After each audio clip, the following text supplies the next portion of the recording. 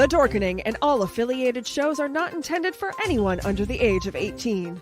The following may contain discussions or scenes that have adult situations, graphic violence, nudity, strong sexual content, and graphic language. This show is intended for mature audiences only.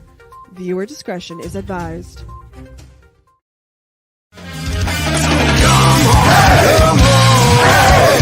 Step it off, break it down and lose it. Come on, follow us to the new revolution. Come on, step it off, break it down and lose it. Come on, follow us to the new revolution.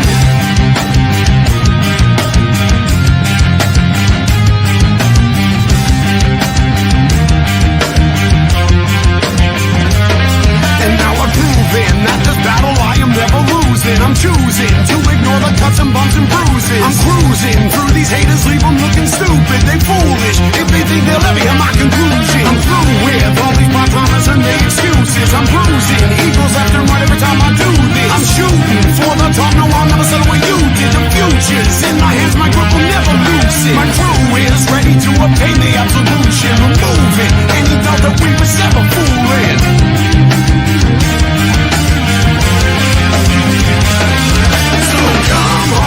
Come on, step it off, break it down and lose it. Come on, follow us to the new revolution. Come on, step it off, break it down and lose it. Come on, follow us to the new revolution. Rise and shine, my sinners. When Father Evil starts his day, he gets a little deadly. Deadly Grounds coffee has the richest, smoothest flavor you'll find anywhere. It's sinfully delicious. Once you go deadly, you never go back. Order yours at getdeadly.com. Coffee's so good, it's scary.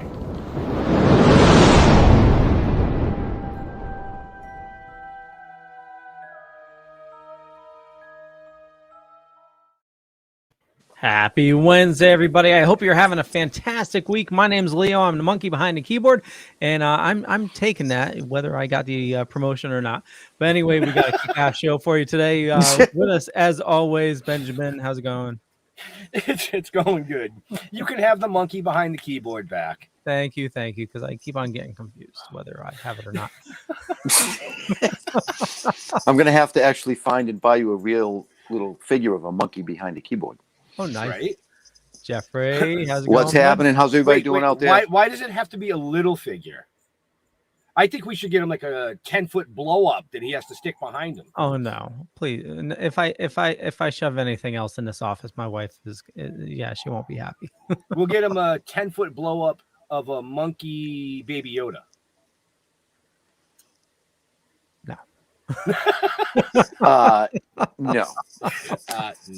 No, I disagree with that one. So, welcome to the show. I think it's going to be a good one. I'm going to have fun with this guy. I don't know why. Yeah, you do have fun with guys, don't you? No, I'm gonna have fun with this guy. I'm gonna introduce him as Jimmy because I can't pronounce that. Can anybody pronounce that? Nope. Can you pronounce that? Petonito. I'm gonna give it a shot. Petonito. Good. Was that good? Yeah.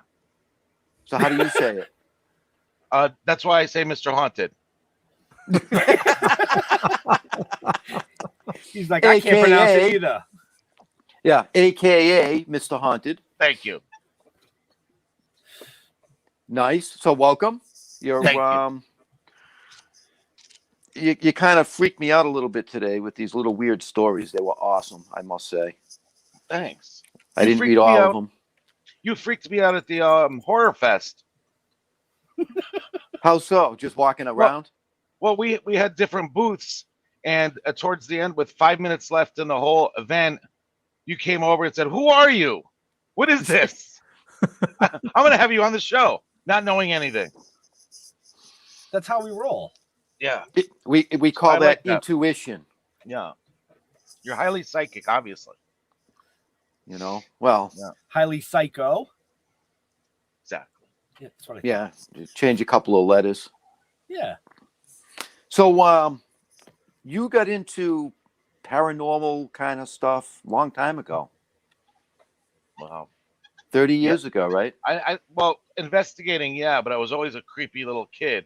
Well, I wasn't going to go there, but if you Yeah. really want to, Let's go. you know Let's what go I mean? there.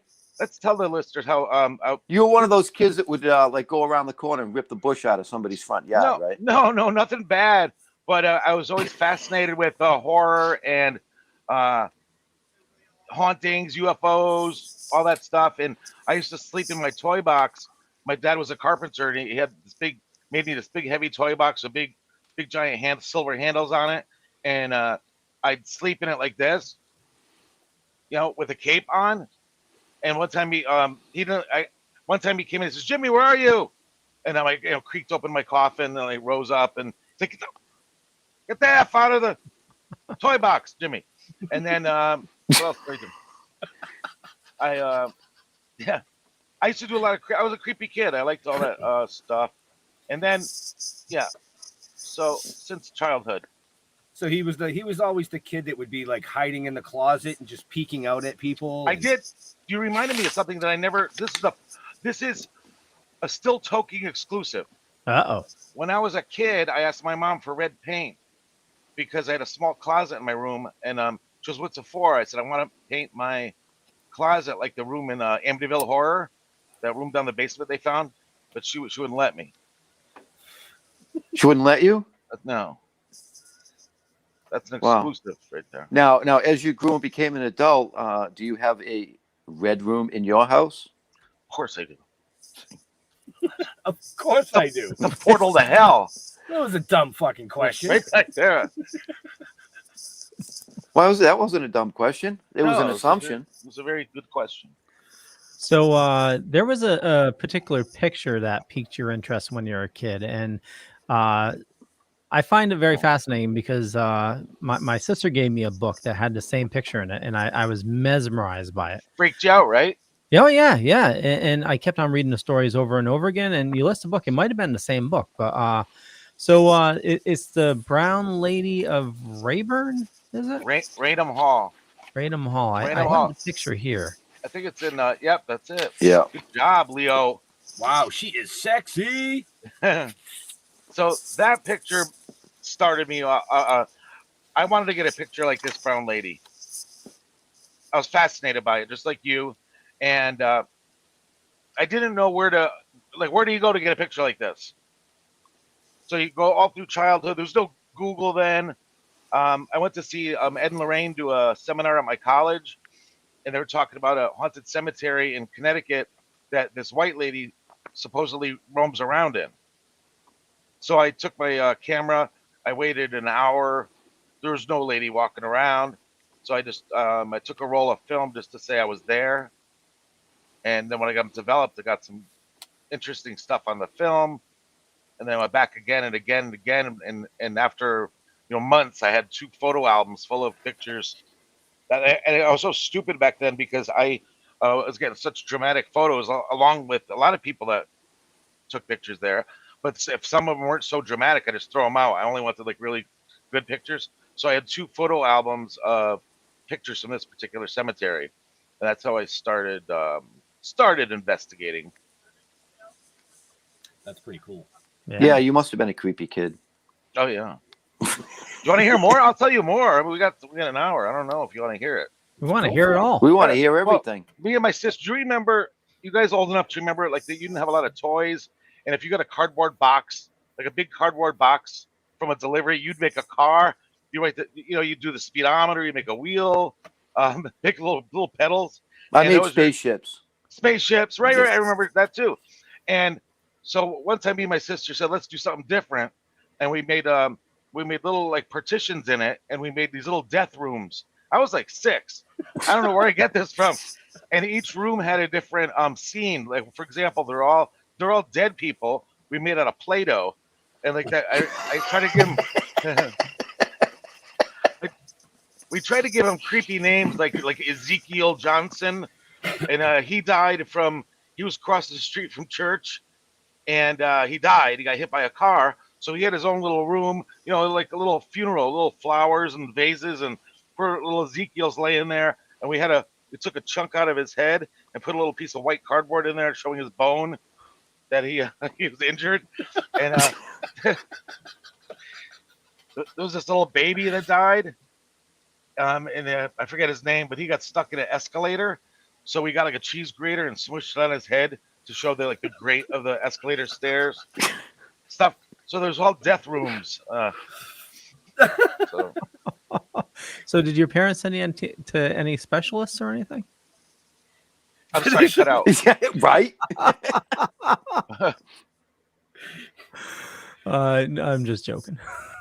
Oh, you really did cut out. So I said- wanted to ask you because I read quite a bit of that book. Now, did you travel around and like interview and meet with all these individuals? Not all of them. A lot of them came by the internet, but we did meet with a lot of them that were local. Okay. So what we started, I wanted to write a book, of course, about my experiences, but Bill Hall, who's written a couple of books before, he knew the business, how to write a book and all that. So I wanted to get together with him, and he says, he goes, I really don't think we have enough to write a whole book, which we do, but he didn't think it at the time. And we said, let's do something together anyway. So we were thinking of different subjects, urban legends. I love urban legends. And then we thought of on Facebook, you see somebody wrote, my girlfriend texted me this morning, but she's been dead for 3 years. So I said, it was actually a Facebook question. I said, does anybody have stories similar to this? And within a month, we had like 100 stories. I mean, people are start telling their friends, oh, they have a story. And since the book came out, we got way better stories, that once people knew what we were doing. But at least it's it's a collection of 60 stories that have to do with communication through emails, text, cell phones, that kind of thing. It's really cool. I mean, and I like the way the book was put together because they can be quick reads if you don't have a lot of time. You keep Yeah. referencing the book. So why don't you show our viewers? There it is. The book you're speaking of. Yep. It's a good looking book. That's the book. It's a nice book. But literally, you can read something in a minute and a half, or there's some that are longer that might take you 5. Mm-hmm. Like literally, they're quick little, cool little stories. So, because when I get into a book, a lot of times I get lost. Yeah. And I like hours small- go by. So this is nice to pick up a couple of quick reads. And there's pictures in it also. Jeff can read. Yeah, fuck you, Jeremy. No, Jeremy, he can't read. Didn't you notice? Jimmy just said there's pictures in it. Yeah, there's some cool pictures in it, actually. I like this little freaky one. Who's this little freaky dude? That is. Well, he's looking at he's looking for My pictures. daughter drew that. Right. Leo, where can they find out more about our guest? If you check the show notes up above or down below, depending on where you're watching or listening to us, you'll find a bunch of links there. And you head to there and you can find his books and definitely go check them out. I'm going to check them out myself. So you mentioned that you got a lot of stories with communication, and actually something like that happened to me after my first wife passed. Her mother called me frantically. She goes, "Are you fucking with me? Are you texting me from her phone?" And I shut off her phone.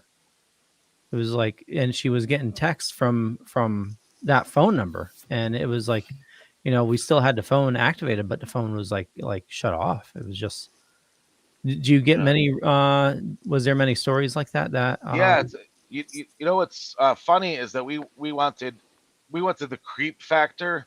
We wanted to write scary stories, but I was saying we got so many stories that came from loved ones that it turned into chicken soup for the paranormal soul. Mm-hmm. Because all these relatives are contacting their but the deceased were talking to the relatives, and it was kind of like a lot of nice stories in there that weren't so creepy. Yeah. Right. But the one with the train was awesome. The train wreck. Not that the train wreck is awesome, but that story there was incredible. Yeah, that was a good one to get. That he was messaging all. This is the man. There was a train crash, and the man was making multiple phone calls to his relatives. Yeah, it was actually phone calls. I think 35. Right. 35 of them. that sounds right. And when they found the phone, it was totally if they ever found it. I don't They remember. never found the phone. Yeah, but they said he was dialing all his relatives at the time. Right. Well, and the speculation was that he was reaching out for help, Right. but nothing was really going through. But upon investigation, they found that he was at the very front of the train. And he was instant. They said he died DOA. instantly. He wasn't died sitting there instantly. calling people. Yeah. No. Yeah, he was DOA'd. Yeah. He was like dead immediately. So that was pretty creepy. Hmm. See, I don't So think it's creepy was cool, huh? I don't think it's creepy. I think it's kind of intriguing. Well, it is, but it can be creepy too.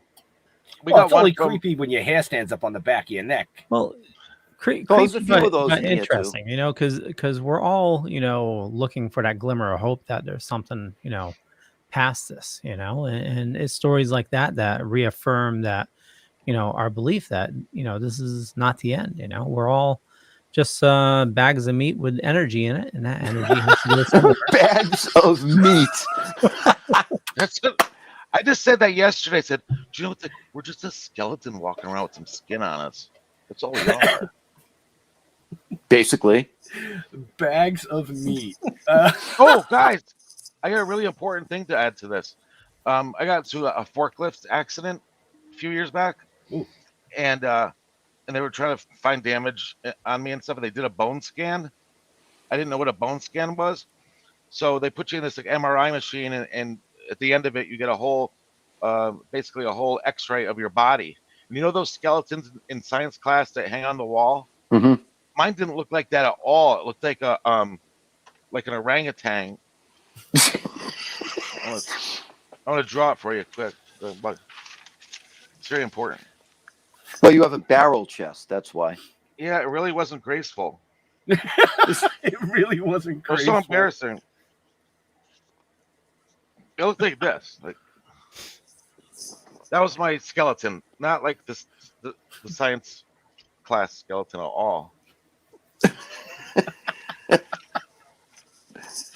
Holy shit. Okay, yeah. Well, that was just odd. But yeah, no, you have a barrel chest. I know people with barrel chests. Apparently, I can't help it. Barrel chest. I'm not graceful. Yeah, barrel chest. Yeah. It's wider. There's people that are wider. Their chest is just wider. I guess when some people are born an athlete, like I could be a bowler, maybe. Yeah. Possibly. Yeah. So, Jimmy, where are you located? And Cheshire, Connecticut. Okay, that's Cheshire's near Old Saybrook, right? No. He's like, maybe Chester.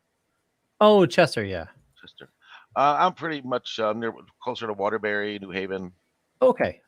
There we go. But you know what? I'll be. You know where I'll be next week or a couple of weeks? No, I where? will be in Plainville, Massachusetts. Oh, no shit. Okay, you at the casino? Yeah. I have a party of a dart player. Somebody wrote. You have a dart party? No, what one of your listeners Jeremy. said I have Jeremy the body Courtney. of a dart player. Yeah, Jeremy. Oh, okay. You kind of look like a dart, Jeremy. So the reason why I was asking that is where have you or where do you like to investigate? Right out my answer, but I'm not Uh-oh. Oh, we're losing you. anymore. Just I've been doing it for 30 years. I'll go with it. If my friends go to a cemetery or location, I'll go with them. But I'm just not excited about going to I'd rather go to a house, somebody's house that's having stuff or exorcism stuff, that kind of stuff. Yeah. Well, there's certainly a lot of places in Connecticut, Right. Yeah. So over the years of doing your investigations, what was one of the creepiest ones? The creepiest ones. How about I have one that's included in the book that you have right there. I think I call it the Haunted Cable Box. Very original. Do you want me to tell you about that one? Yes. Oh, I haven't read that one. That's Spoiler alert. One of my personal stories. Yeah, that's all right. It is that it's a case that involves communication through something electronic. I squeeze it in there. And what happened was this family Their main complaint was their cable box was talking to them. So we go there to interview them, and let's keep it simple. There's a mom, dad, and a 14-year-old boy, and they said they were watching a Seinfeld rerun on a Friday night, and the cable box started flipping stations all over the place. This is back when the cable, they think it went up to 72, the whole cable, Right. and they said it would just change in random stations. It would zip from 0 to 72, and they said, "Oh, something's wrong with the cable tonight. Let's go to sleep." The next night, it started doing the same thing at the same time. So the 14-year-old boy's cousin that lives in Florida, who they visit a lot, he just committed suicide, I think within the last couple of weeks. So one of them said, "Hey, maybe it's cousin whoever trying to communicate with us." When it did that, it started racing frantically, worse. So I think it was the mom or the kid suggested, let's say that channel 1 is A and 26 is Z, like the alphabet. And as soon as they said that, it went to channels 25, 5, 19, which spells yes, using that code. So now they're all freaking out. And actually they got scared, and they put a little statue they have praying hands next to the cable box, and they said a prayer, and they wanted to go to sleep. And when they started saying the prayer, they said the praying hands got smashed to the floor. So the next day, somehow they got brave again, and they started asking the cable box questions. So what they do is they'd ask a question like, "What is your name? Where are you?" All these questions. So they'd write down all the numbers of the corresponding channels underneath the question, and then decipher it later. And it told this very detailed story of a man named Joseph Frank Dana, who was killed in their apartment, and his killer was never found. He was carried out on a carpet and buried down the street underneath. They even had the address of a porch that he was buried underneath, and they got caught one day poking around. They're going to start digging underneath somebody's porch. So they believed they were talking to this man. They had this cable box would greet as they talked more to it. It would greet you as okay. It would greet them as their age. So the father was 44. So when he came in the room, it would go to 44. When he left the room, it would flash 44 3 times. So that's a hello and goodbye. So they would have Joe parties where they'd have relatives and neighbors come over, and they'd all hang out in the hallway, and they'd walk in one by one, and the cable box would tell them their age, and then when they walk out, they'll blink it 3 times. So what else do they do with this thing? So after a while, the dad says, this must be a soul in need. He goes, I want to try to help this guy out. And he called the police department. And he imagine that getting that report. Right. So the police officer came over, and it's in the book. I don't remember, but it told some specific details, like his children's names, his home phone number. This was before Google and all that. Told him details about him, the police officer. The spirit, or whatever we want to call it, also gave a social security number, the spirit's own social security number, to help find his killer. And wow. So the police officer took down all the information, and they went to check on the story, and there's nobody by that name. They couldn't find anybody by that name that ever lived anywhere around here. The social security number didn't exist. There's no missing person with that name on it. So this, what are we talking about? Who are we talking to here? So then he got his sergeant came, and it was doing the same thing to him, but he's a total non-believer. He said, it must be, the kid with another remote somewhere, a neighbor doing this. So he goes, why don't we get a cable technician over here and just swap out the cable box, see if it does the same thing. So the technician came over, and she swapped out the box, and then the guy's talking to the box in front of the police officers saying, Joe, are you there? And it wasn't working like the other one. So so they kind of left them now. So then it started communicating again, but not as strongly. He said it seemed that this box they didn't like it as much.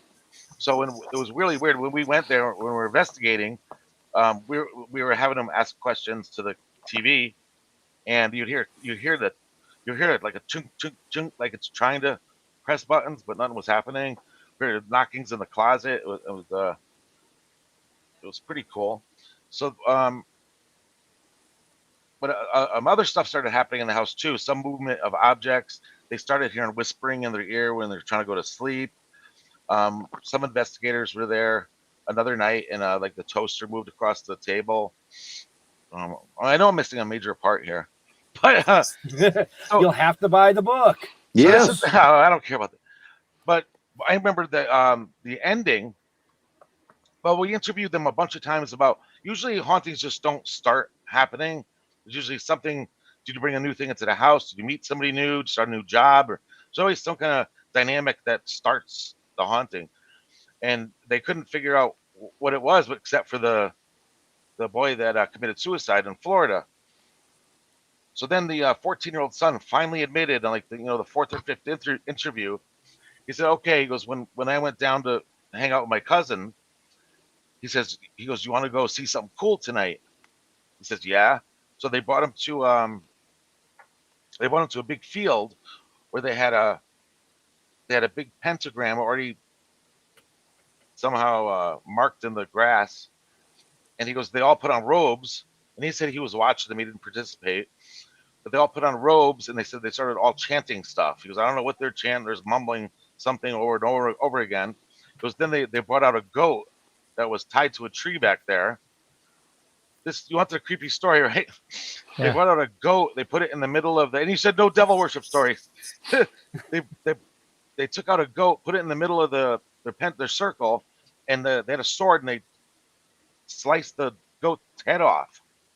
And he said when they did this, he said they stopped chanting, and he goes, there's this like a yellow gold light that shot up to the sky after they did that.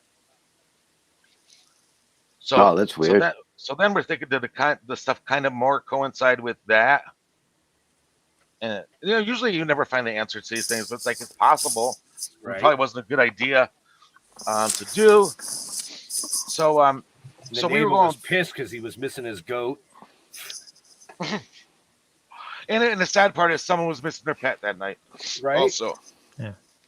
So we were going there over and over again because we were just investigating for Ed and Lorraine. That was their case, and they wanted us to capture evidence, and so he said, he goes, when are you guys gonna, get us some help? I said, well, we don't do that. We just, we investigate and then bring them our stuff, and they decide what to do. And then I just felt one week, he goes, guys, I can't take it. It was our family's, stressing out here. Can you help us out at all? I said, well, there's a little home exorcism we could do next weekend. So he said, I need a sip here. He said, the day before we came, the day of our visit, the cable box spoke the last time. It said, watch out tonight, when it hasn't been speaking for a while. So we got there, and it's just a bunch of exorcism prayers we do, and blessed church incense, holy water, that kind of thing. And the guy said, before you start, could you he had a whole Bible on cassette tape, those big giant clamshell cases with the whole Bible in there. And he goes, can I play this while you do that? I said, of course, it's your house. So he says, which one do you want to hear? I said, I'm really not an expert on this. I just pointed to a random tape. I had this all on camera, on video. And so he remember those old systems with the turntable on top and the cassette player in the middle and the big speakers. Yeah. So he pops it in there, and I'm recording this whole thing. And the one I picked, he puts it in, it starts playing backwards. And you know how anything backwards is creepy? The Bible backwards is real creepy. I can think of something backwards that isn't. There's a door opening behind you. Yes, my wife. I texted my wife to come up and let the cat out of the room. Okay. He's like, what? I'm on the edge of my seat here. So the Bible starts playing backwards, and then I'm recording it, and I said, okay, that's probably not a good idea. Take that out. So he takes it out, and I said, oh, then of course they said, put it back in. Let's see if it works. Does it again. So it's playing backwards, and it's so creepy. And then I said, try the other tapes. Every other tape worked fine except for this particular tape. And like I said, I tapes do that sometimes when they're Fucked up. Yeah, and it's a possibility that that's the only one that was screwed up playing backwards. But I brought it to a sound engineer, a friend of mine, who I investigated his house previously, and I said, I don't know, could you look at it and see if because it wasn't twisted or anything. I said, could you see why it's doing this? And he literally said, he goes, there's nothing wrong with this tape. Get out of my house. So I don't know. I have the tape right up here somewhere too. So we've had a few questions come in, but before we get to those, Leo, it's that time. It's that time already? What the hell? It's that time already. Yeah. Come on. What time is it? Jeez. Time for him to play a fucking commercial. Oh, yeah. Well, I want to thank everybody for watching this fine evening, and we still got plenty of show left, so don't go anywhere. But we do have a couple sponsors here. It's time to get back into the movies. Eternals is out, and you know what? Here we go.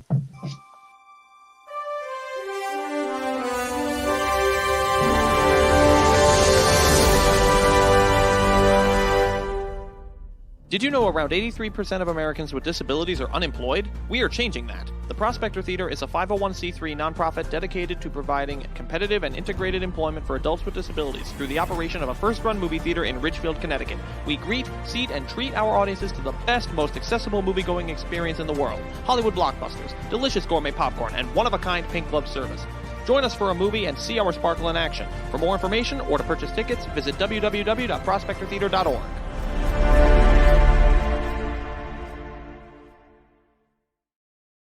And to learn more about Prospector, there's links in the show notes up above or down below. It's a smart page, which has a bunch of information in there. A couple schmucks have some hot sauce. Here we go.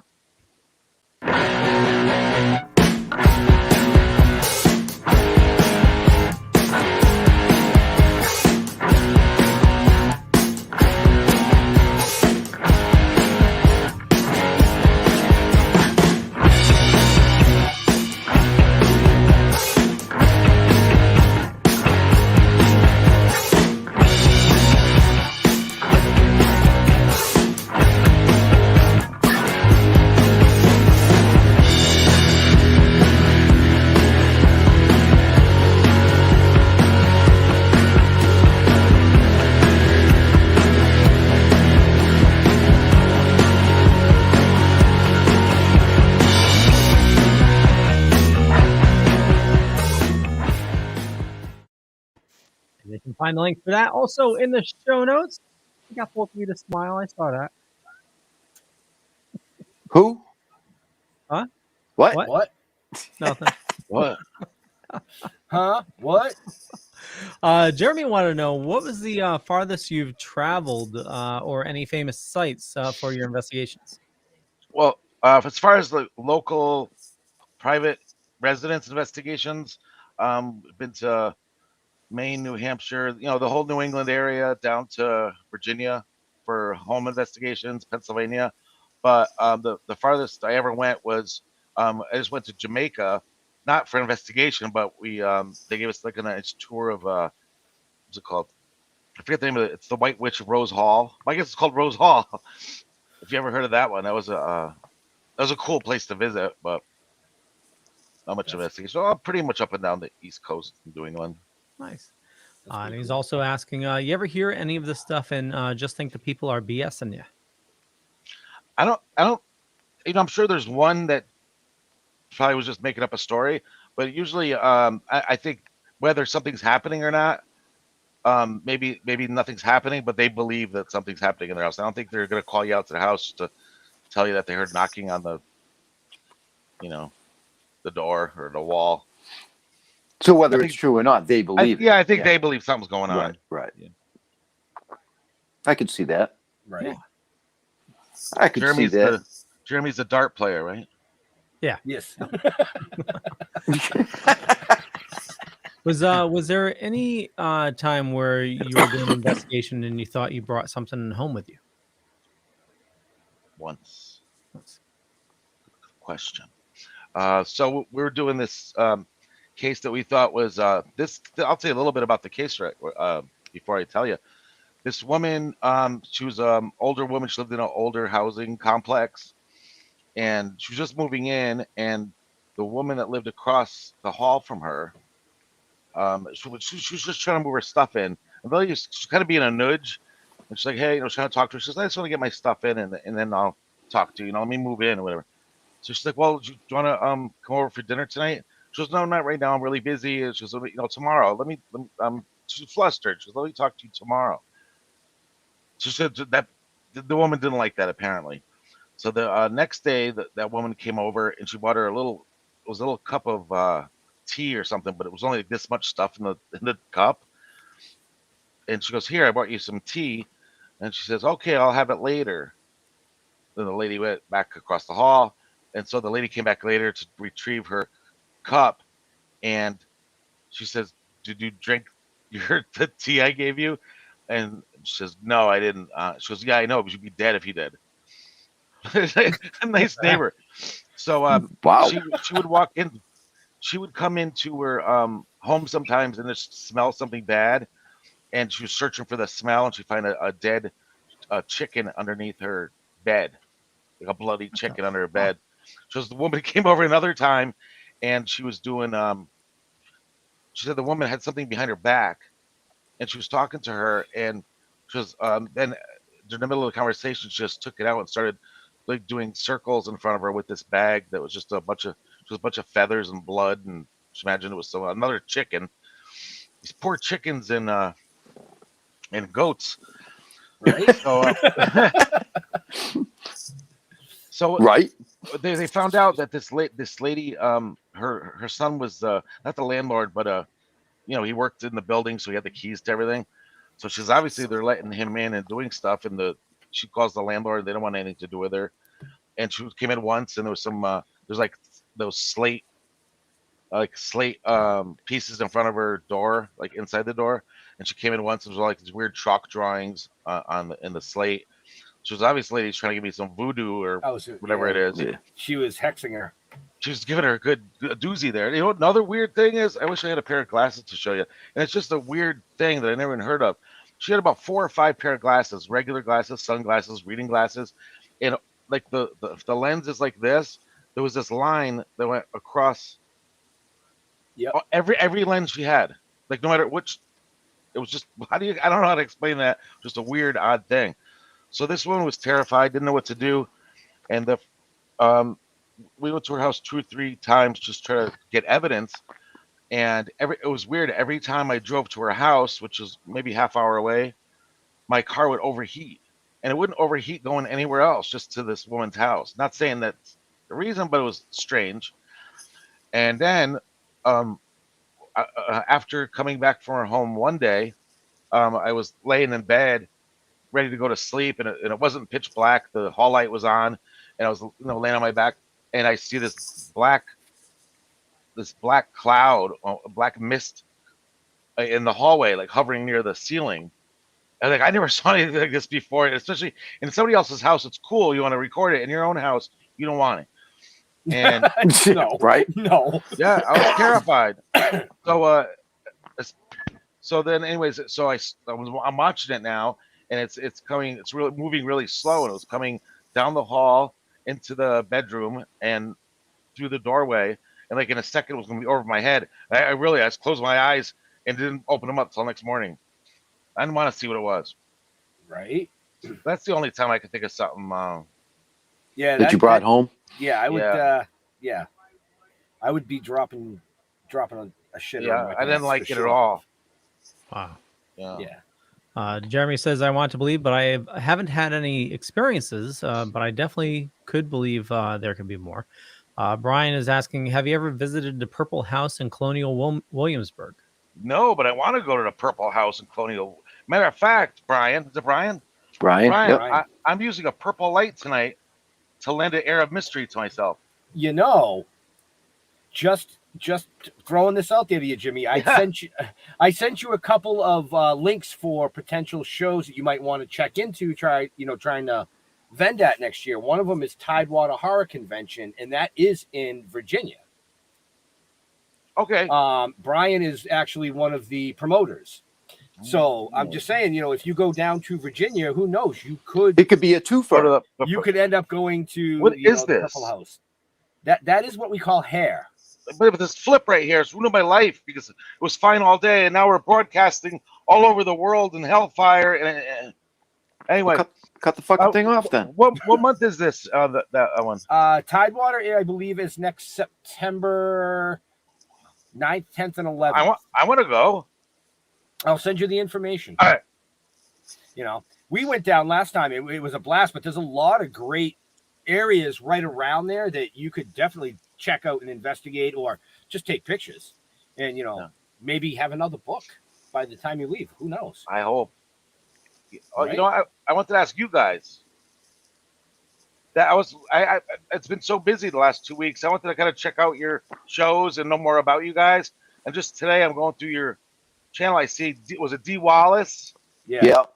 And who else? The Children of the Corn guy. Yeah. And Courtney the topper, you had Potsy on. Yes, we did. Anson Williams. Yeah. Go back and listen to these shows, people. Yeah, right. Yeah, we had a lot of fun with all of them too. Right. And now that you mentioned in shows, I mean, we have 2 shows next week. We're actually doing a combined show on Monday with Leo and Creator Spotlight with What? Who authorized that? You did. Leo Pond did. Oh, okay. So you better fucking call him. Okay. And that's with Joel Soyson, the Hollywood producer from Bill and Ted's Excellent Adventure, multiple horror films. So we're doing a combined show on that night. That's because we had to cancel last week because we couldn't do it. We lost power. Yeah. Everybody what lost the hell? power. Mother Nature. And then the following, that Wednesday, we actually have Doug Rice. Doug Rice is a well-known animator for Warner Brothers, Pinky and the Brain, Animaniacs. He's also a comic book creator. Did I just lose my headset? No. Did you? It's still on your head. Yeah, I did. Did I lose my mic? No, I can hear you. You're good. Carry on. Yeah. Maybe you can't hear. He can't hear. Well, fuck him then. Fuck you, Ben, asshole. I'm leaving. Nice. While you take your Ambien, I just took my pill as well. Speaking of Anson Williams, I learned that sign language from a Happy Days episode when Fonzie was dating the deaf girl, and he learned how to say happy birthday. I forget her name. Oh, I remember that. Remember that? You're that old? Wow. Oh, yeah. Yeah, but it's funny because my wife's she's started taking sign language classes. She's actually in it right now, I believe. Same time as our show is every Wednesday. Yep. Did you watch Only Murders in the Building? No. I'm back. It's on Hulu. There's one of the potential killers is deaf. And there's What are we talking about? sign language. No, I thought you were talking about the new Martin Short and Steve Martin comedy. Is that what it is? Yeah. Only Murders in the Building. Oh, okay. Yeah. Have You watched hiding it? behind smoke there, Jimmy? Yes. To lend an air of mystery. Right? Oh! Speaking Yes. of nostalgia, guess whose program I was on as a guest? Who? Sidney Brady. Really? Wow. That's really cool. Yeah, it is. Nice. You have your own show too, don't you? A radio show? Well, yes, our network. He took the network down, and we did 70 years, almost 300 episodes. So next year I'm gonna find a format and start over again. It's right here. You're on the network right now. We should talk when you're ready. Yeah, when we're ready. Yeah. Yeah. I like your production here. Thank you. So And yeah, I mean, the network's pretty big. I mean, Leo's got 41 about 40. Yeah, 40 something. We have several in the in the works. queue right now. Yeah. Yep. Yeah. So And You're good. podcasting, radio, video, everything. And do you know So who my what? just before we were all signing on, you sent a message in that group message. Okay. I was just looking at that. Yeah, what the fuck was that? This is why I don't get asked to speak at events, because you remember in school when you He asked a question, he got booted. Yeah. who did? Oh no. See what happens? Ooh. Jeremy, talk to me about that. Listen, Jeremy, we're waiting. Anytime, man. Anytime. Go ahead, Jimmy. Back So- to you. You remember in school when you did an art project where you get a piece of cardboard and you get pictures from magazines and cut them out and make a scene out of the thing? So I love doing that. So as an adult, instead of doing the regular slideshow presentation, I actually created like poster boards 2 by 3 feet, and I either drew the pictures or cut pieces off magazines to make the whole scene. And I told the story. That was the first incident I had that I would consider a paranormal experience as a child. And I sent you the 3 panels of my story. Ah, okay, that's what that is. That's cool. Yeah, I had an incident happen when I was like 8 or 9. Well, because I think in the message you're like, this is interesting. If you want to ask me about it, If you, however you said it. You there they have are. them. Okay, I was gonna draw it for you. Okay, this picture right here. This is great, guys. Thank you. Right here, this is little Jimmy and his mom, divorced mom, and I remember my dad left because of the vampire incidents and I was hypnotizing him one day. I'll tell you later. But my mom was having company over, and she said, here's Jimmy. We need to talk. I'm having a friend over in the kitchen, and just stay up in your room and don't bother us, right? So the next scene, Yep. That's there's Jimmy Courtney. That's Yep, Jeremy. that's right here. I tried to be accurate as possible with my room. You see the snacks, you see the Kiss poster. That I was afraid of Gene Simmons, so I'd flip it around at night because I was scared to look at him. This is very accurate. So I was laying on my bed like this, and I was listening to a baseball game on the radio. Eating It was Skittles. the Mets is the only station that we got, so I was listening to a Mets game, and the radio started changing stations. And even as a little kid, I was smart enough to say, it's probably some kind of interference or something. But then I looked at the dial. See my face? See the expression? The dial, I can see the dial moving back and forth on the radio by itself. So I'm freaking out. You can see my expression. And I said, well, my mom said, do not go downstairs. And I'm more afraid of my mom than the radio. So see how my legs are propped in the air like that? Something threw my legs down on the bed really hard, like they were bent, and they slammed them down onto the bed really hard. So the radio's changing stations. My legs got thrown down. I ran downstairs. Next scene. This is great. That's why when I go downstairs, Ma, there's a ghost in my room. It threw my legs down. It's changing the radio all over the place. There's a ghost in my room. And she says, Jimmy, get back upstairs. There's no such thing as ghosts. And it's an actual portrayal. I actually had a Siamese cat named Ming right there. Everybody had that little praying guy with the bread in their house, the picture. It's a pretty accurate portrayal of what happened that day. So I'm saying, because of that incident, that might have piqued my interest in trying to figure out what's going on here. Right. Still haven't figured it out, but that was an important moment. Thanks for doing that. Oh, totally. There was one inaccuracy, though. Uh-oh. Where's your Hulk pajamas? How do you know about? Jeez, this guy's good. I am such a nerd. You know how you guys love comics, right? Oh yeah. When I was a kid, I collected comics, and we got beat up in school for liking comic books. I was Hulk. My friend was Captain America. The other one was Thor, and we'd have adventures on recess. And everybody else was cool. Doing 3-card Monty and playing basketball, and we're playing superheroes. And now So I did have an Incredible Hulk pictures. I had shirts, and I wear them every night. And that wasn't accurate. I didn't. You're correct on that. I'll take that hit right there.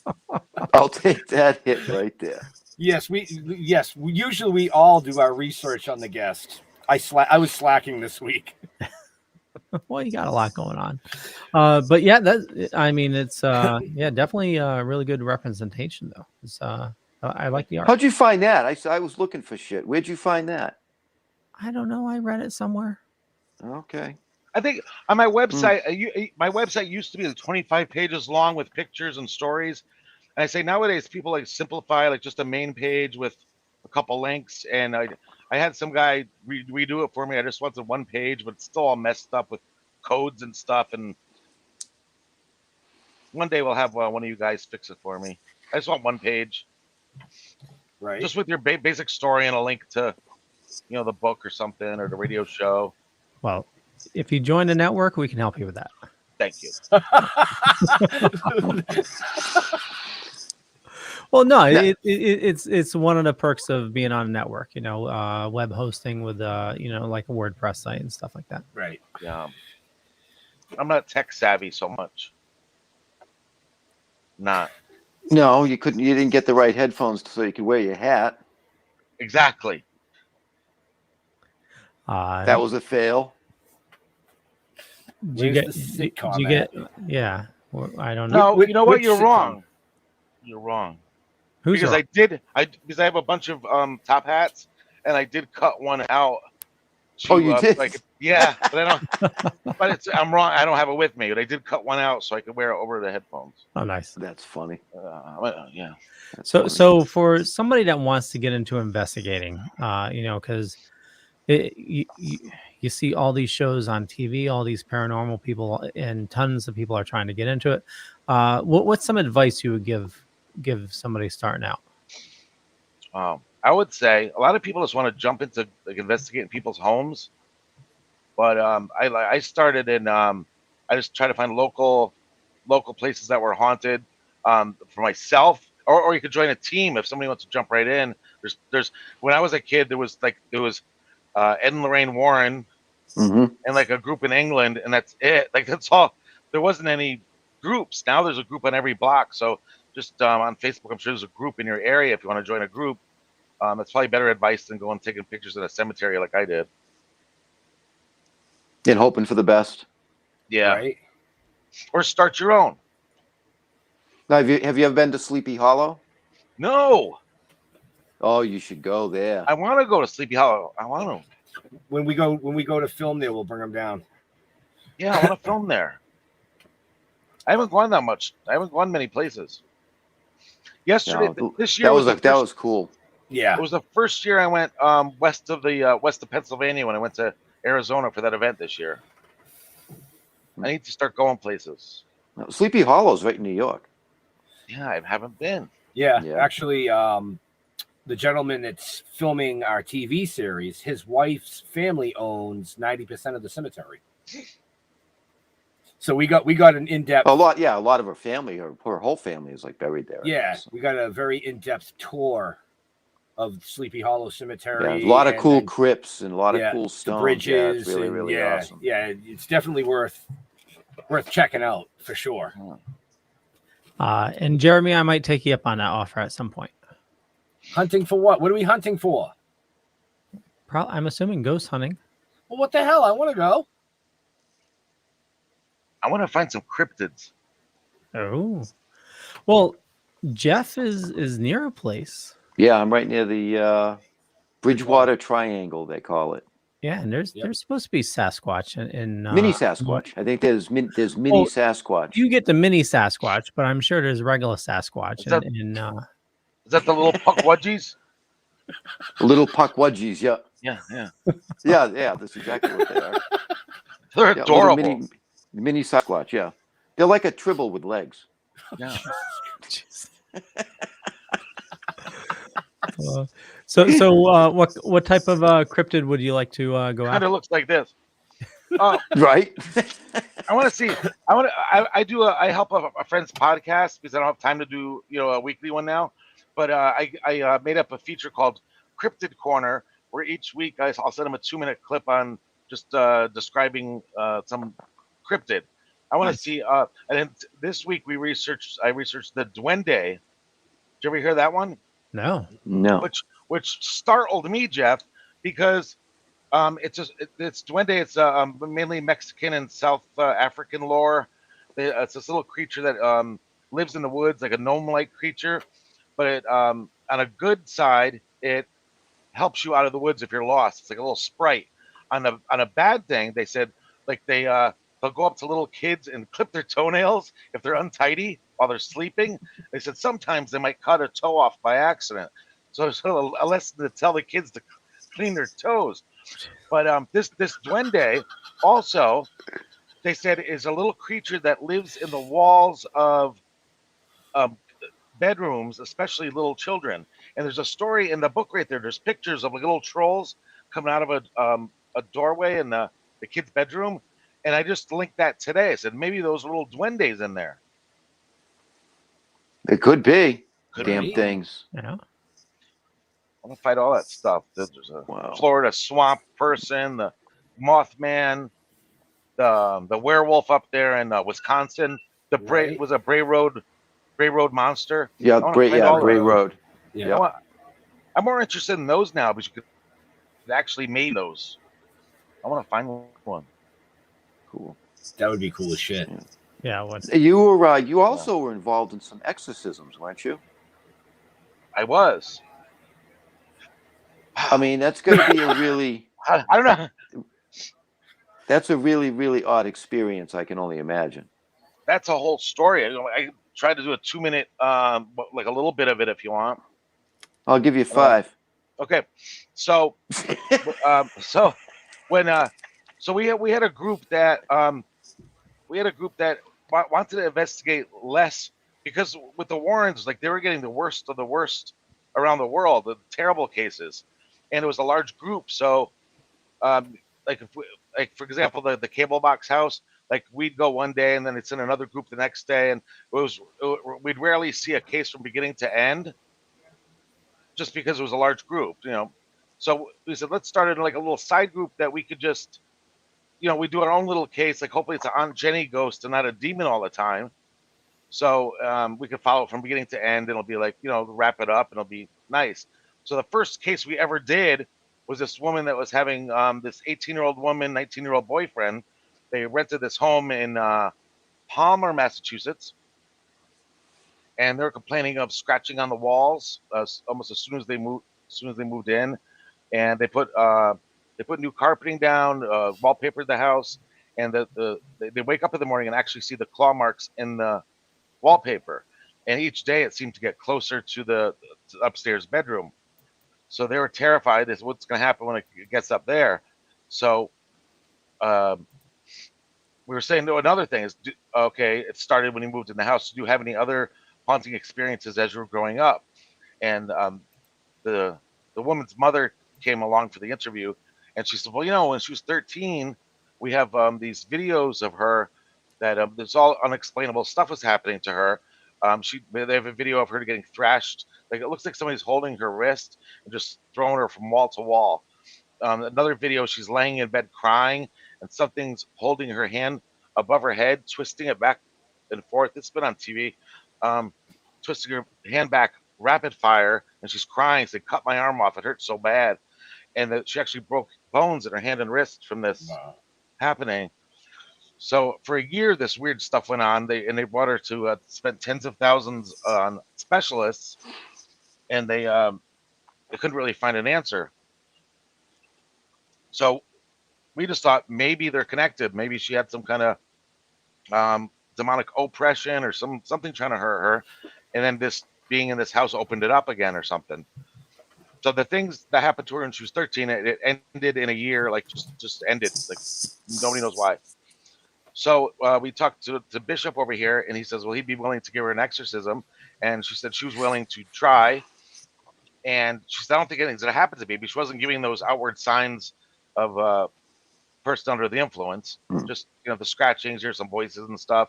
So during the priest was starting his prayers, and she started like trying to get out of her seat. and then she started screaming, like, and her eyes like turned like a different color. Like, oh wow, what's going on here? So we had to put restraints on her, and this is one of the rare instances where he did his exorcism, and at the end of it, she was good afterwards. So we put this story on our this is back in '94 or '5. We had a little website back then, and we wrote up that story. And a producer from ABC came across it and wanted to do a special on it for Primetime Live.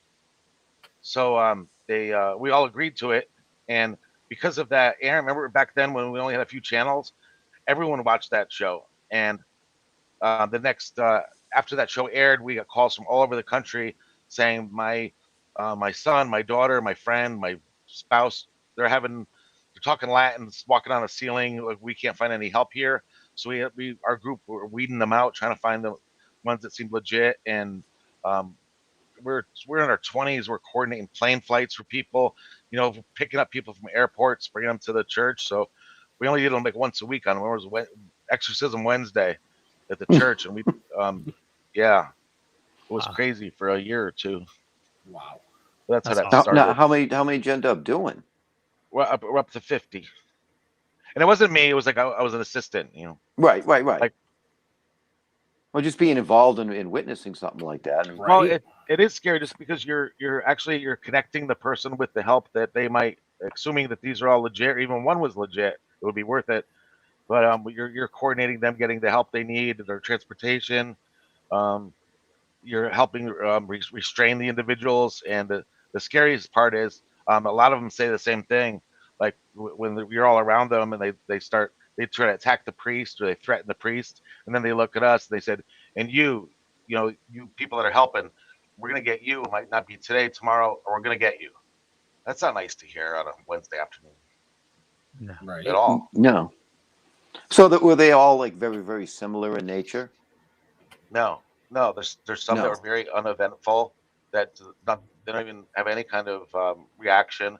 There's other ones that are gouging their eyes out, biting me when you're trying to help them. I was trying to stop her from gouging her eyes out, and she's biting me on my arms. When they have knowledge of the unknown, that's what scares me more than breaking out of stuff. Or, a lot of people did talk in other languages they don't claim to know.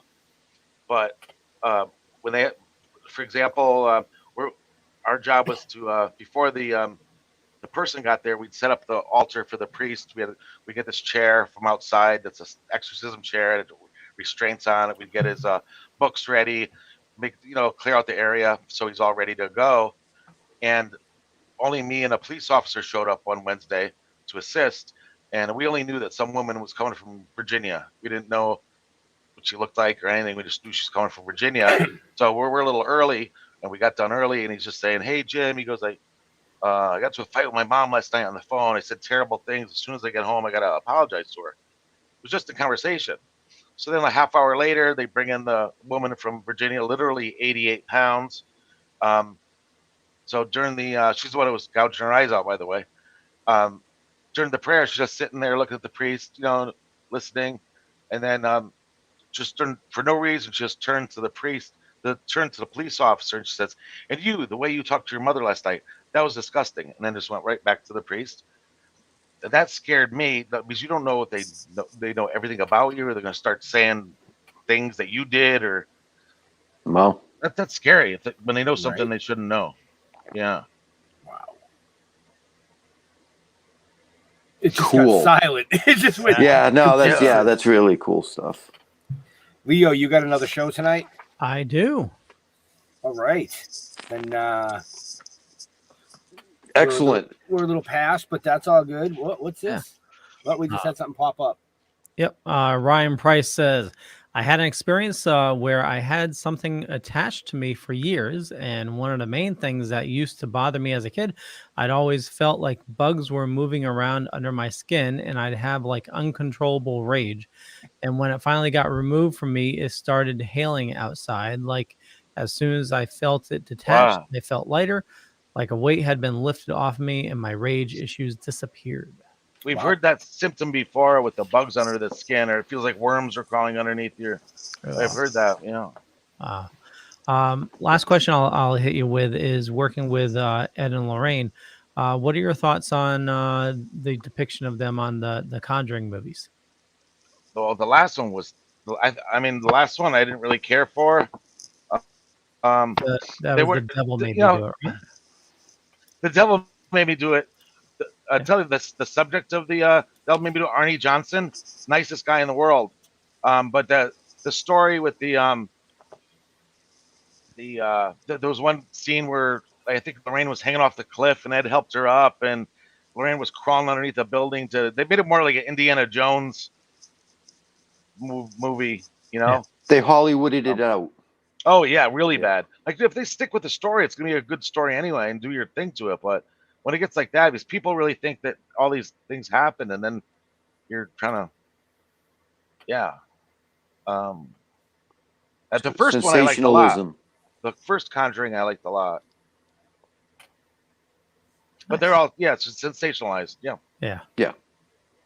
Well, yeah, kind of has to be. Yeah. But I'm looking forward to digging into the rest of this thing. Thanks. When's our next event that we can go to? Next year? Is it next year? I haven't done these events before, so I started a couple years ago. So I like doing them. Right. Yeah, the HorrorCon. Yeah, there's one next year. I mean, Jeff and I, we do all kinds of events. We do everything from cannabis events to music events, entertainment, horror, Comic-Cons. So I have Hulk number 4. Nice. He only brings that out when he has his Hulk pajamas on, folks. Or he's probably got Hulk underwear. Jeremy, we're doing the Dorkening next. Going to be talking about some not video games. My mind is wiped right now. Just the regular Dorkening, entertainment stuff. So if you want to join us, you're always free. That sounds like fun. Yeah. The new The Boba Dork Fett Out trailer. Hour. Yep. The Dork Out Hour. Yeah. The new Boba Fett trailer. The some good stuff this week. Absolutely. Cool. Leo, Yes, sir. do your thing. Okay, I want to thank everybody for watching this fine evening. If you want to follow Mr. Haunted, I got his information and showing us up above or down below, depending on where you're watching or listening to us. For me, just Google Leo Pine. You find a bunch of stuff. Could be true, could be not. I'm not going to say which is which, but more importantly, follow these awesome people. And I run a little thing called the Dorkening Podcast Network. Got about 40 shows on the network. A lot of awesome people doing a lot of awesome stuff. Just head on over to thedorkening.com for more information. And with that, Jimmy, where do you like people interacting with you on social media? Facebook's easier for me. I'm old. Just go on my Facebook. Mr. Haunted. Mr. Haunted. Okay. Jeffrey. StillToking.com. That's where you want to go. Although there's some opportunities coming up for those in our local area. Let's see. Saturday, we're going to be spending at Rhode Island Comic Con. We'll be hanging around with Bill. So look for Bill Diamond setup, and we will be there with him. That's probably just for the day on Saturday. We're unsure of that yet. Next weekend, 13th, 14th. Is that right? 13th, 14th. In Worcester at the Harvest Cup. You should come check that show out. It is incredible. And then the following weekend after that, we will be in Framingham at Super Mega Fest. So tons of opportunity to come out and say hi, check us out, see what we're all up to, and the new things that are happening. Where are we going to be in December? Well, I wasn't going to go that far ahead, but in December 9th or 10th, 11th, something like that. Yeah. We'll be out at Steel City Comic Con in Pittsburgh, Pennsylvania. Cool beans. Benjamin. Like he said, stilltoking.com. Or you can go to the Facebook page, tagged right at the top is all the appearances that we're going to be at, and it constantly changes. Like I said, next week we have 2 shows, 2 great guests. But every week we have great guests. Like Mr. Haunted tonight, we want to thank him for coming out. But we want to thank all our veterans and first responders for doing what you do every day, so people like us can come up here and do what we do. We'll see you. We're out of here. Be safe. Bye. Where's the damn button? Where's the damn button? You and the button. It's always the...